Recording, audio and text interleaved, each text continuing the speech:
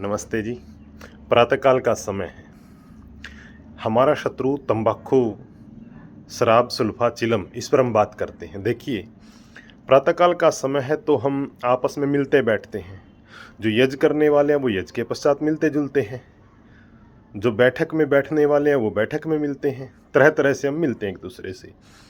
तो एक व्यक्ति दूसरे से पूछ रहा है, भाई क्या यह सच है कि आप अपने मित्रों से, अपने सहपाठियों से, अपने आसपास के मिलने जुलने वालों से खूब बीड़ी सिगरेट उड़ाते हो, छिप छिप कर हुक्का पीते हो, चिलम का भी दम लगाते हो? क्या आप ये भूल गए कि हम आर्य माता पिता की संतान हैं? क्यों अपने पवित्र कुल को कलंक क्यों लगा रहे हो? क्यों छाती को काला करके दिमाग को धुएं में उड़ाते हो? किस नीच कुसंग में पड़ करके इस भयंकर सर्वविनाशक तमोगुणी तंबाकू को पीना आपने सीखा है? ईश्वर का भय खाओ और सत्य सत्य बताओ। दूसरा कहता है, भाई मुझे अपने आर्य कुल की मान मर्यादा का भली भांति ध्यान है और मैं यह भी नहीं भूला हूं कि हम विश्व वंद्य आर्य ऋषियों की संतान हैं। आप इतने दुखी क्यों होते हो? मैं तो एक आध बार अपनी श्रेणी के विद्यार्थियों के साथ बीड़ी सिगरेट पी लेता हूँ। 2-4 बार हुक्का गुड़गुड़ा कर देखा है। मैंने कौन सा अनर्थ कर दिया? जबकि हमारे प्रधान अध्यापक और अन्य श्रेणियों के अध्यापक, यही नहीं, हमारे विद्यालय के आधे से भी अधिक जो अध्यापक हैं वो खूब आनंद से स्कूल के टाइम में बीड़ी सिगरेट उड़ाते हैं। हमारे विद्यालय की क्या बात, सभी स्कूलों की लगभग यही अवस्था है। और विद्यार्थी तो आप जैसे थोड़े ही बचे होंगे, नहीं तो सभी पीते हैं। मैं गांव में सभी को देखता हूँ, आड़ी क्या, पाड़ी क्या, मजदूर क्या, किसान क्या, माली क्या, सभी छोटे बड़े जिसको देखते हैं वही उक्के की बात करता है, वही बीड़ी पीते हुए देखा जाता है। और चिलम, तमाकू, सुल्फा, गांजा, पता नहीं क्या क्या। देखिए, वो आपस में बात कर रहे हैं और इसका स्वाद रसवादन लेते हैं। हमारे घर में बूढ़े दिन रात हुक्का पीते रहते हैं, गुड़गुड़ाते रहते हैं। इससे कुल को क्या बट्टा लगता है? जैसे हम अनेक पत्तों वाले शाक खाते हैं, ये तम्बाकू भी वैसी वस्तु है। इसके खाने में पीने में क्या दोष है? प्रत्यक्ष में तो कोई हानि दिखाई भी नहीं देती। भाई, तंबाकू का जो पत्ता है वो साग के जैसा नहीं है। वो कैसा है? इस पत्ते में भयंकर विष कूट कूट करके भरा हुआ है। मनुष्य जाति का वो दिन सबसे बढ़कर दुर्दिन था जिस दिन इस तंबाकू के विषैले पत्ते का खानपान मनुष्य ने शुरू किया था। और ये राक्षस तब से इतनी बुरी तरह से चिपटा कि हमारे शरीर, हमारे मन, हमारी आत्मा को इसने अंदर ही अंदर जला करके भस्मात कर दिया। संपूर्ण दुर्व्यसन, पापों की तंबाकू, बीड़ी सिगरेट इनकी माता है।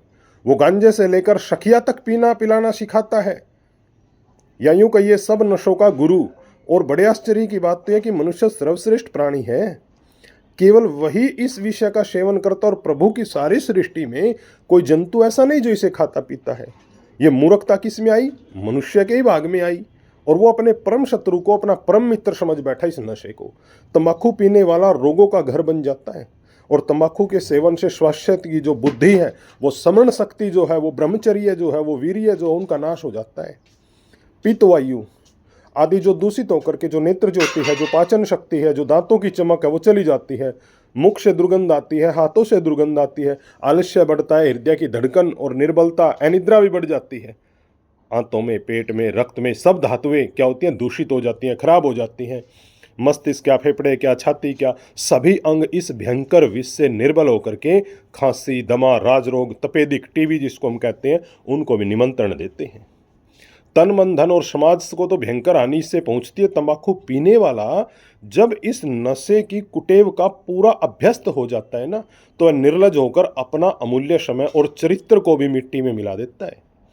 वो कौन सा पाप है जो नहीं करता? यहाँ तक कि अपने यौवन को, अपनी आयु को इस तंबाकू जो देवता वो मानता है, उस तंबाकू देवता को उसकी भेंट चढ़ता है, चढ़ाता अपने जीवन को। वो कौन सा पाप नहीं करता? वो अपने अमूल्य मनुष्य जीवन को व्यर्थ में खोता है, मृत्यु को बुलाता है।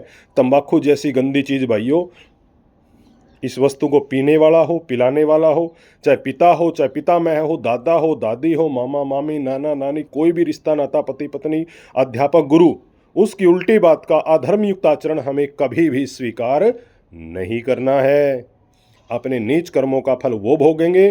बालादपि सुभाषितम ग्राह्यम, धर्म की वो भले ही बात छोटा बालक करे, वो गुरु करे, वो माता पिता करे, धर्म की बात करें तो अन्य कोई कितना ही बड़ा हो न हो, किसी की मान्य नहीं। यदि वो अधर्म की बात करता है, धर्म की करता है तो छोटे बच्चे की भी मान लें। ये मनु धर्म जो है शास्त्र की आज्ञा है, अन्य धर्म शास्त्रों में भी कहा है, या अन्यन वधानि कर्माणि तानि शैवितानि नो इत्राणि यान अस्माकम सुचरितानि तानि तव्योसयानि नो इत्राणि। तैत्तरीय अरण्य उसका वो उपदेश है, गुरु उपदेश करता है, हे शिष्य, जो आनंदित है, जो अनिंदित है, पाप रहित है, अन्याय अधर्म आचरण से रहित है, वो न्याय और धर्म आचरण सहित जो कर्म है उन्हीं का सेवन तू करना। इनसे विरुद्ध, इसके विरुद्ध, इसके विपरीत अधर्म का आचरण कभी मत करना। हे शिष्य, जो तेरे माता पिता हैं, जो गुरु हैं, जो आचार्य हैं, जो अध्यापक हैं, जो विद्वान हैं, जिनको आप अपना मानते हो, उसे कभी नहीं भूलता। जैसा खाए अन्न वैसा होगा मन, जैसा पीवे पानी वैसी बोले वाणी। देखिए, मनुष्य का आहार विहार से ही मन और बुद्धि बनते हैं और बिगड़ते हैं। तंबाकू का जो नशा है वो बुद्धि का परम वैरी है। ये तो काउंट टॉल्स्टॉय रूस के महात्मा लिखते हैं, चुरट तंबाकू पीने से बुद्धि या विवेक शक्ति नष्ट हो जाती है और पाप में प्रवृत्ति होती है। यह एक ऐसा नशा है जो कई अंशों में शराब से भी खतरनाक है। वे कहते हैं, रूस के अधिकतर नरघातियों में सिगरेट पीने के बाद अपनी आत्महत्या का दुस्साहस उत्पन्न होता है। अब आप समझ गए होंगे कि तंबाकू एक नशा है जिसको व्यसन लग जाता है, इसकी खूब हानियां, और वो भी जानता है। इसे छोड़ने की इच्छा बार बार करता है किंतु छोड़ भी नहीं पाता। यही शराब के नशे के समान भयंकर व्यसन है, और व्यसनों का मनुष्य दास हो चुका है, गुलाम हो चुका है।